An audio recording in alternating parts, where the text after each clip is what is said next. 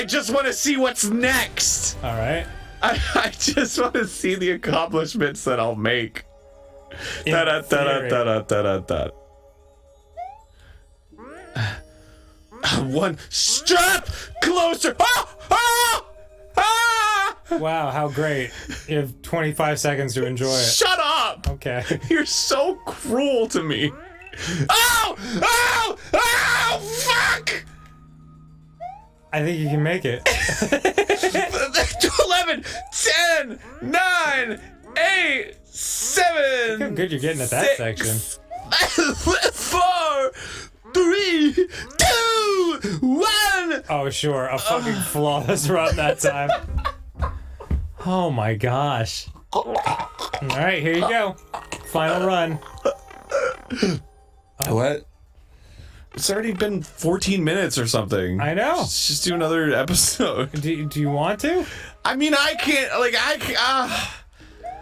It's totally your call, man. I'm here for you. How no matter many? what. Okay, what's the longest we've ever done? Even Mario Maker 1. What was the longest we've ever done? One stage. Spent on one stage? We've definitely spent 3 episodes on one stage before. Really? That's nothing new. We've done it with Super Mario 2 a bunch of times. Mario Maker 2. Oh, okay. Oh, no, that's not... Oh, it was a trick. All along it was a trick. And I had seen through it before, and it was a ruse to me once again. Cool. I'm a rube! Dope. I was... Yes. I don't remember who I was texting, but I was just like talking... I was talking about some... I don't know, some media thing or something that was going on. And I'm just becoming less and less mean with my words in my real life. Sure. And I was just like, can you believe these rubes? with like just dropping actual... the 30s insults. I can't believe they believe this.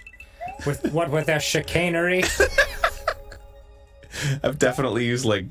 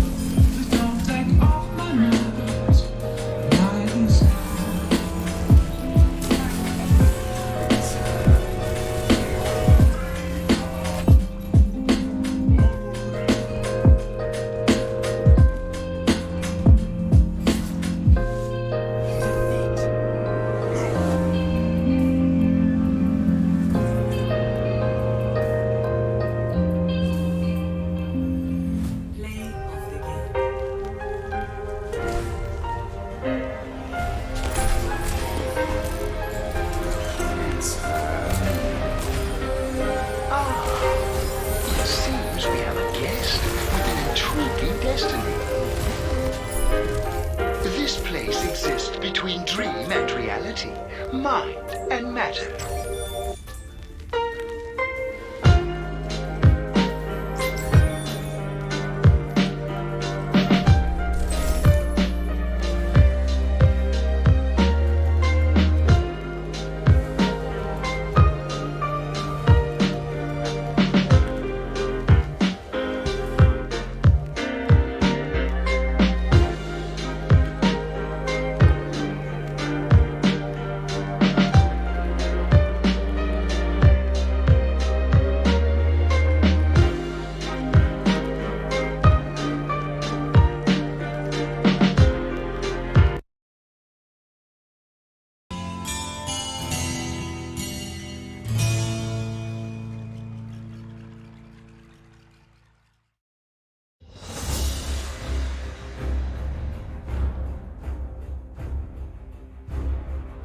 Hey guys, what's up? Mad Season here, back with another video for you.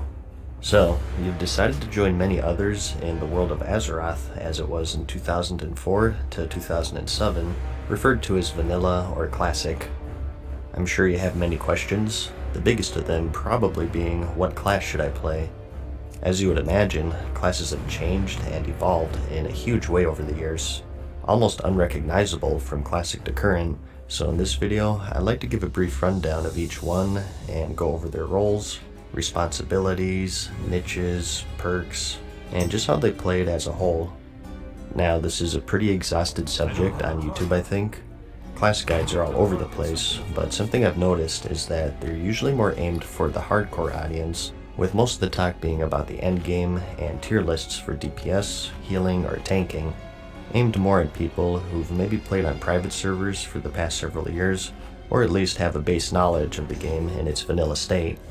So since that's been covered really well by people much more knowledgeable than I, for this video I want to take a much more casual approach, assuming that the last time you played Classic was 12 years ago, or maybe you never had the chance to play it at all. I'll go over each class in the endgame and talk about their responsibilities and what roles that they generally landed in, but I won't go super detailed and get into spreadsheets or anything like that. So if you're looking for a very high level detailed guide with class rankings and whatnot, you probably won't find this video very enlightening. But if you just had the thought of, I'm not sure what class I want to play, let me search YouTube, this might be helpful to you. At least that's what I hope. The first thing I'll say is that each of these classes in the game have very specific roles that only they can fill. It's one of the more defining aspects of vanilla actually. Today, things have sort of melded together. Most classes are capable of really good AoE DPS, where maybe back then it was the mage's specialty, and today most classes have some form of stun, which was primarily a rogue attribute back then.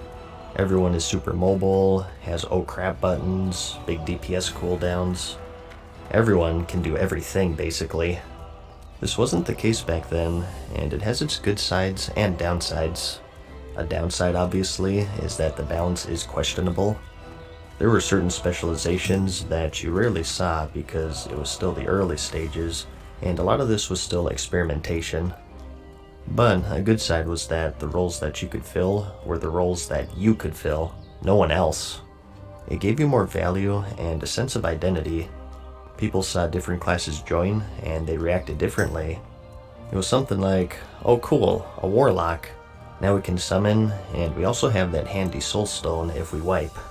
Or, oh nice, a shaman. Now we get to have that party-wide wind fury buff. I can guarantee you that this will be one of the first things that you notice if you pick up Classic, and it's part of what made it so special back then. Before we get into the classes though, I should also go over how talents worked, since I'll be mentioning specializations quite a bit. Talents back then were much different. You didn't outright pick a specialization which gave you certain spells. You had access to 90% of your class's abilities regardless of the spec, and putting points into certain trees would just increase the power of those abilities. For example, as a mage who has more points in the Frost tree, you still have Fireball, Fire Blast, Scorch, and Flame Strike and whatnot, but they just won't be as powerful as they would be if you had more points in the Fire tree. So later on, if I say Fire Mage or whatever, try to disassociate that with today's system where for the most part, Fire Mages just have fire spells, or only Assassination Rogues have poisons. Your toolkit is tied to your class, not your specialization. I just wanted to mention that since it's one of the more confusing things for those who never played before the Cataclysm expansion. So, in no particular order, let's start with the Warlock.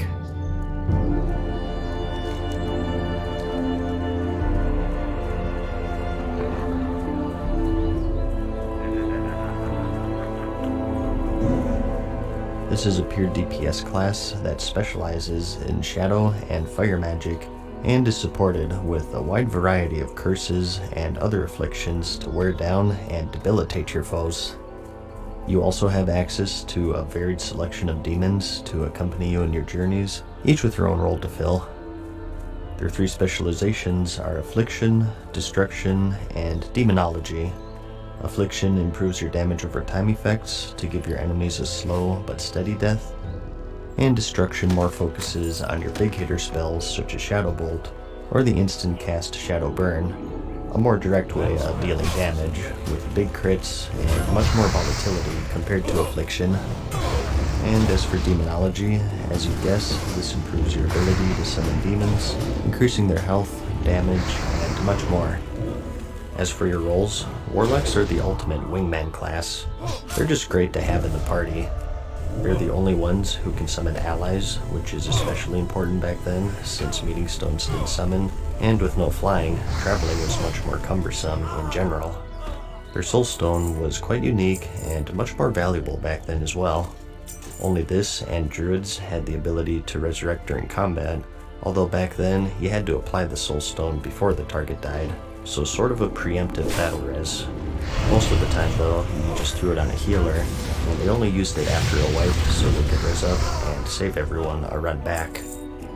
They're also the only class that can reliably crowd control elementals with their banish spell, which was castable in combat and has no cooldown.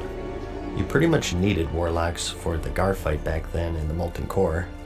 He had a bunch of mini elementals running around, and unless he had a bunch of tanks, it would be wise to have a few Warlocks on banish duty.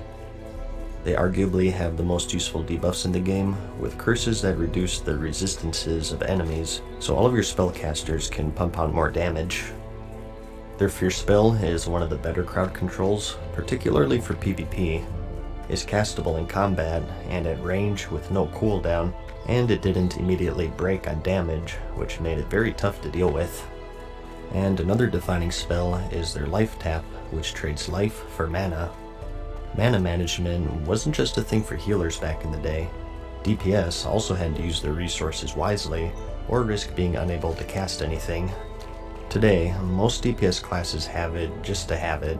It's inconsequential 99% of the time. The one exception, I think, is the Arcane Mage.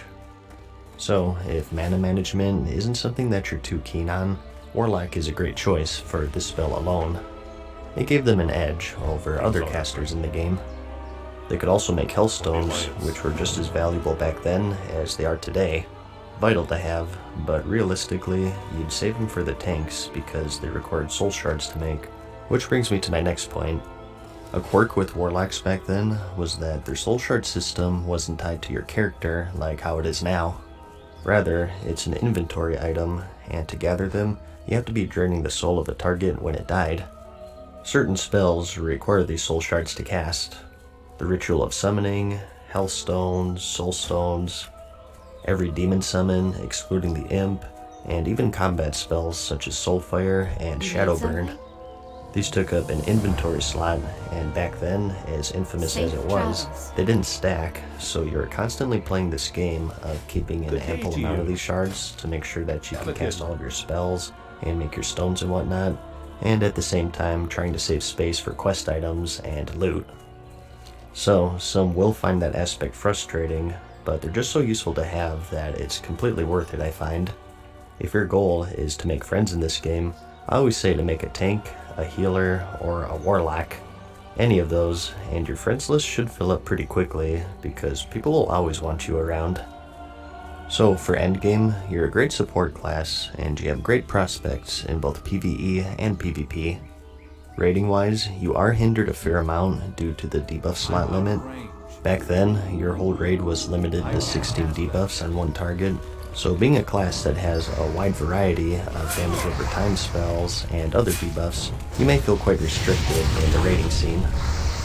If your focus is raiding, I think most Warlocks drift away from the Affliction tree in particular because of this limit, and they still do alright for themselves. But again, that's mainly raiding we're talking about here. Casual dungeons and PvP, it's no holds barred, so you're free to do whatever you want.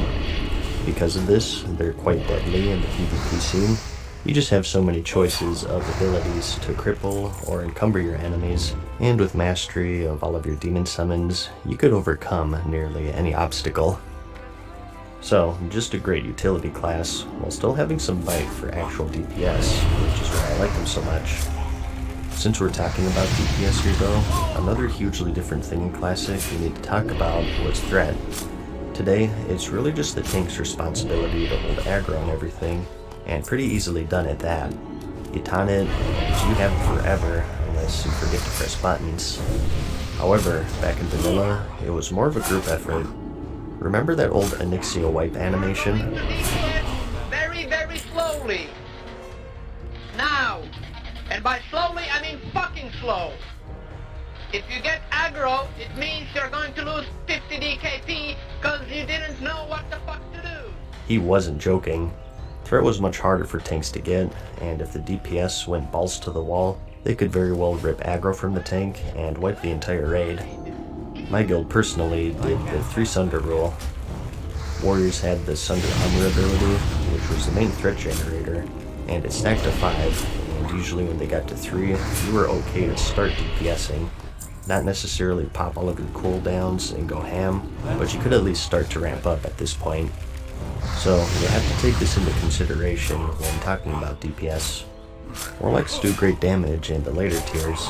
Their shadow bolts hit extremely hard, but the downside is that they have little to no way of reducing their aggro other than just not attacking.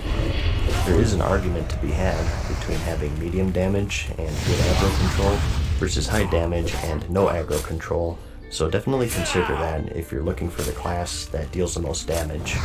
It's a double-edged sword.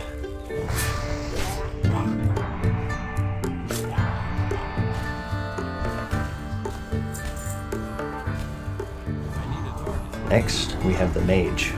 Anyone who's played RPGs before should know the basic gist of this class. You wear dresses, and you command the power of Frost, Fire, and Arcane to freeze, incinerate, and disintegrate your foes. Their playstyles are quite varied. Fire Spec is more based on huge bursty damage to kill your enemies in the blink of an eye. A lot of the old PvP videos have what were called 3-minute mages, where with cooldowns, you'd be able to insta-get people with giant pyroblasts. It's pretty much the definition of a glass cannon though, and you forego defense for the sake of all-out offense. If that's not your style though, you also have Frost, which is much more methodical and more catered towards defense through slows, roots, and barriers. You have much more control in general compared to the Fire Spec. And as for your Arcane School, this is where a lot of your utility spells lay. Just to throw out some examples, you have some supportive spells such as your Arcane Intellect, the ability to dampen and amplify magic. Dampen decreases magic damage and healing received, and Amplify does the opposite. You also have a shield, which absorbs damage in exchange for mana, the blink spell to create some distance, and some damaging spells such as the channeled arcane missiles for steady damage, or the AoE arcane explosion. They still had a lot of handy abilities that we have in the current game, the main ones being the ability to conjure food and water, and also portals to major cities. It's just that back then, with gold being so hard to come by, and traveling being so time consuming, they had much more value compared to today. Just keep in mind, if you play a mage and you're hanging out in your major city, you will be asked for food and portals. It's just a fact of life. Some of the more industrious mages even made quite a bit of gold selling portals to major cities back then.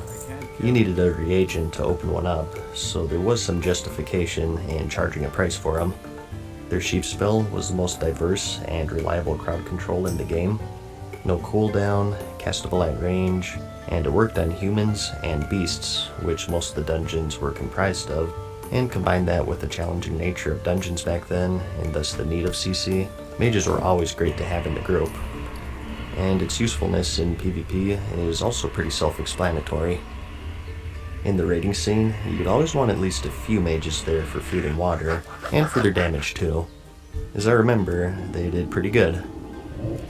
An interesting quirk that I should mention though is that back then, and this is for any class, not just mages, but enemies did have resistances, so you might be stronger or weaker depending on what you're killing and how you're spec'd. For example, the Molten Core. Being the home of the elemental lord of fire, Ragnaros, it had many enemies who were resistant to fire magic, so a fire mage would find themselves quite weak here, as you would imagine. And elsewhere as a frost mage, there are some other fights that are unfriendly to them. It makes sense if you think about it. especially if you played the old Final Fantasies where you had to find the elemental and his weakness. It's just one of the old RPG elements that I thought was worth mentioning. Since mages have access to 3 schools of magic though, they can adapt a bit better than other classes. Whereas Warlock is mainly shadow and some fire, you can use fire, frost, or arcane, which gives them an edge in certain fights.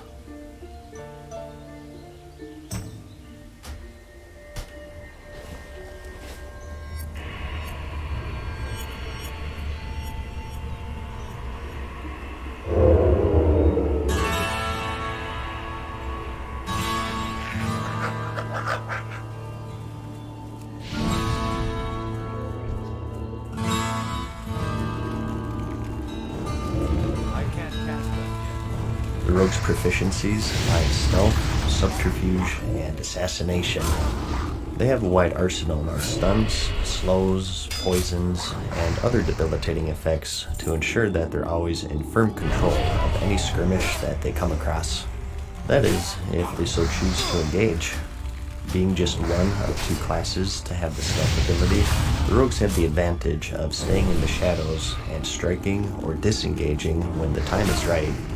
Just the sound of a stealthed rogue nearby is enough to send chills down a player's spine because they know that they're being stalked, and at any moment you'd hear this.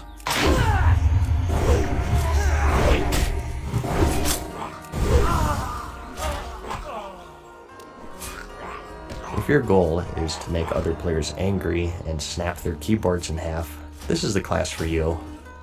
They're offensive juggernauts, holding a wide variety of robust cooldowns to kill their enemies in the blink of an eye, and at the same time, many abilities and traits that made them extremely evasive and nimble. Because of this, they're extremely deadly in PvP in the right hands, and are considered among the best as DPS in the PvE scene as well. They use the energy and combo point system. You build up energy over time, and you have combo point builders and spenders as your resources. You have 3 specializations to choose from, and that's Assassination, Combat, and Subtlety. The Combat Rogue is a toe-to-toe swashbuckler designed to simply overpower your target, typically focusing on one-handed swords or maces, but there were some dagger builds as well. Usually though, if daggers were your weapon of choice, most of your points would land in the Assassination or Subtlety trees. Assassination increases your burst damage and improves your poisons, and Subtlety refines your stealth and your ability to sneak through the shadows, as well as giving you more cooldowns to set up more efficient kills. As for some of your specialties, you have the ability to pick locks, which can make certain dungeons easier or let you open up lockboxes. This is another skill that players would make gold from, offering to open lockboxes for a small sum. Another quirk with them was that to use your backstab or ambush abilities back then, you actually had to be behind your target. It does make sense, it is called backstab after all. So positioning was key, and if you or your opponent was lagging, PvP would be quite tricky to pull off sometimes. And as for leveling, as you would imagine, most rogues would invest points into the combat spec. It's hard to backstab when enemies are constantly facing you. They're also the only class that can disable traps, making them quite good for PvP, but even in certain areas in PvE as well. They have a wide variety of poisons at their disposal, as I said. In Classic, he actually had a whole profession to craft them. Direct damage, damage over time, slow, healing reduction, casting speed increase. Pick your poison. Be careful. They're applicable on the fly, so you can adapt to any situation that's presented to you. And going into more detail with their evasiveness and defensive capabilities, you have Sprint, which increases your movement speed, Evasion, which increases your ability to dodge, and Vanish, which immediately puts you in stealth to hide yourself from your enemies. With these cooldowns, you can escape just about any situation, which is another reason why they're so deadly in PvP. Being able to choose your fights gives you such a huge advantage. Compared to other classes, they don't have as much utility in the realm of group buffs or long-lasting crowd control. Their weaknesses are they're cooldown dependent, And as far as everyday dungeon crowd controlling is concerned, they just have sap, which is only usable on humanoids, and without a certain talent, it breaks you out of stealth upon cast, which also makes it quite dangerous. I remember back then, sometimes to get in groups, people wanted me to have points in improved sap, but since it was quite deep into the subtlety tree, I never had it since it would hurt me in raiding. And respeccing back then was very costly. Their main saving grace is that their kick ability was the most reliable interrupt in the game, having a short cooldown and castable anytime as long as you had the energy. But where they maybe aren't as useful compared to a warlock or a mage in group utility, they make up for in pure raw damage. They're famous for being one of the powerhouses of vanilla, and one of the reasons for that is because they excel at aggro control. They have the Feint and Vanish abilities in their toolkit, which complements their potential for high DPS really well because you have more freedom with how much you can actually attack without pulling aggro and wiping the entire raid. That's the main reason why I liked rogues so much back then, and why I rated as one for most of vanilla. So, PvE or PvP, you just can't go wrong with them. Truly a class to be feared when played properly.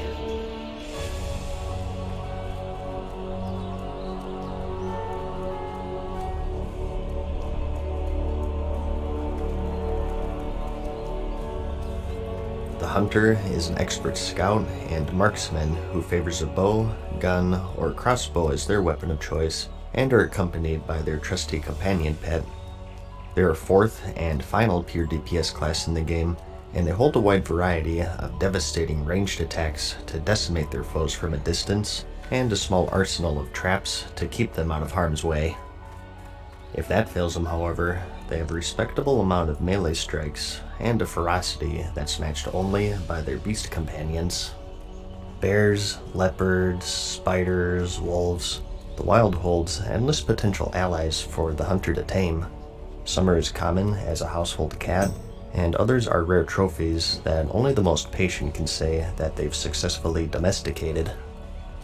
Your three specializations are marksmanship, beast mastery, and survival. Marksmanship, as you'd guess, improves your ability to attack from range, providing increases to your various stings, and even the aimed shot ability, which is a skill that takes a few seconds to line up a devastating hit. Beast mastery improves your animal companions and your bond with them, providing benefits for both the hunter and the pet. A signature spell being Bestial Wrath, which turns your pet into an unstoppable killing machine. And as for the survival tree, this houses many improvements to your traps, melee attacks, and just improves your control in general and your ability to kite. A highlight being your Wyvern Sting, which is a ranged attack that puts your target to sleep.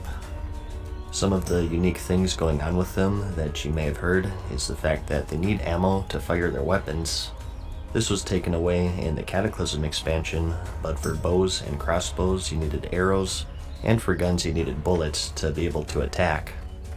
To help keep your bags clean, you also had access to special ammo pouches or quivers, which typically had higher capacity and also a boost to your ranged attack speed.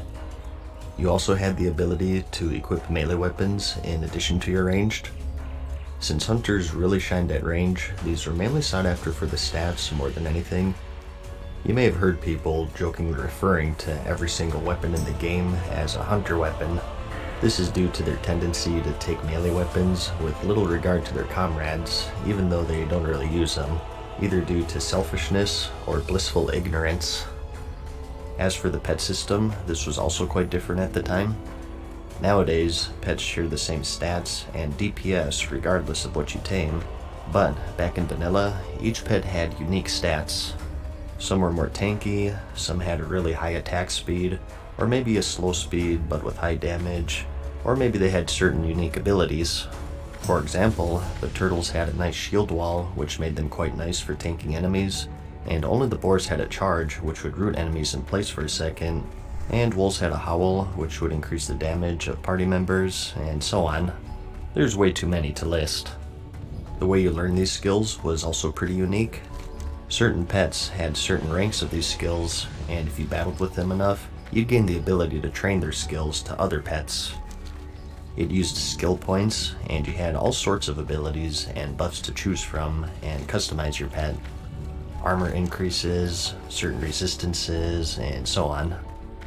You also had a happiness meter that you had to keep track of. There are 3 levels: unhappy, neutral, and happy, with a damage modifier of 75%, 100%, and 125% respectively. It decreased over time and was only increased through feeding your pet certain foods, and if your pet was unhappy for too long, it would actually abandon you, funny enough. How often you had to feed your pet was affected by the loyalty system, which was another quirk that they had. The longer you journeyed with your companion, the more loyal it became to you, and the less you had to feed it to keep it happy, and it goes on and on. It really had some Pokemon aspects to it. It was quite complicated back then, so it was kind of funny that newer players were often pointed towards Hunter as their first class. That's because they were easy to play at a very basic level, but looking past that, they're actually one of the hardest classes to master, I think. A contributing factor to that being their dead zone. Basically enemies who are too far to melee and too close to shoot. And that's right, if enemies got up in your face, you're forced to bust out your melee weapons and deal with them that way, or find a way to get some range between you. This is pretty easy if you have a pet to taunt it off of you, but up until level 10 you're on your own, so it's a pretty tricky thing to deal with. Especially in PvP. It's a constant battle of keeping other players out of melee range, and you can really notice as clear as day the difference between a good hunter and a bad hunter in a PvP setting. Another unique thing they have are traps. You do still have some of these today, depending on your spec, but I think the best way to put it is back then they were much more substantial, and that's because they were vital in keeping distance between you and your enemy. So with the removal of the dead zone, they kind of faded into the background, but back then you had to master these things if you wanted to be a decent hunter. You had the normal freezing trap, which as you'd guess froze targets, and you also had your frost trap, which was your AoE slow, and there were some damaging ones. Immolation for a single target dot, and explosive for AoE. A cool set of abilities that helped define the class. And I mentioned this earlier, but hunters back then used mana as their resource, which will take a lot of people by surprise, I'm sure. So no more focus, which means proper mana management becomes an important aspect of the class as a whole. As for your endgame rolls, your DPS obviously, they aren't the most damaging in endgame rating, but they make up for it by bringing some great utility. You had Aspect of the Pack, which was a group-wide speed buff, the True Shot Aura, which was a group-wide attack power buff, Tranquilizing Shot to dispel enrages, and with your Eyes of the Beast, you made excellent trash and boss pullers, and with your tracking, you could pinpoint the location of certain enemies. It was very common to have hunters as raid leaders back then, and it makes sense. They're the forward scouts of the game, leading their comrades through dangerous enemies and obstacles. They had great